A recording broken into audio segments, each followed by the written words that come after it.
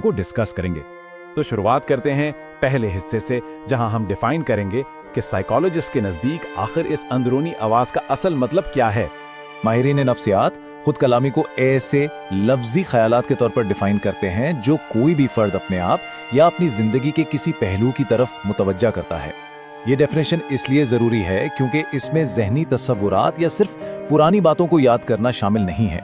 मतलब दिमाग में अपने बचपन के घर की तस्वीर उभारना खुद कलामी नहीं है। खुद कलामी एक मखसूस लफ्जी बयान है, एक ऐसी प्रॉपर कहानी या नरेशन जो हमारे जहन में हर रोज चल रही होती है।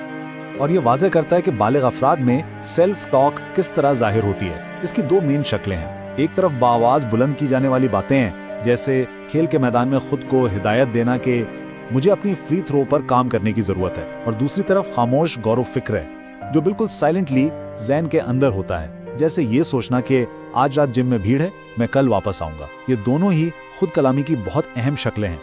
अब आते हैं अपने दूसरे हिस्से की तरफ, जहां हम इस आवाज के रूट्स तक जाएंगे और इसका कनेक्शन इंसानी अर्ली डेवलपमेंट से देखेंगे।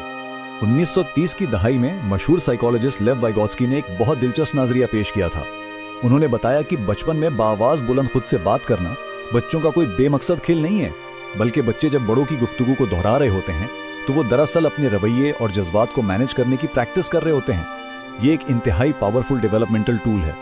फिर जैसे जैसे उम्र बढ़ती है ये गुफ्तगू अंदरूनी शक्ल इख्तियार कर लेती है और बलूगत तक पहुंचते पहुंचते ये बिल्कुल एक प्राइवेट इंटरनलाइज्ड मुकालमे में तब्दील हो जाती है जो पूरी जिंदगी चलता है।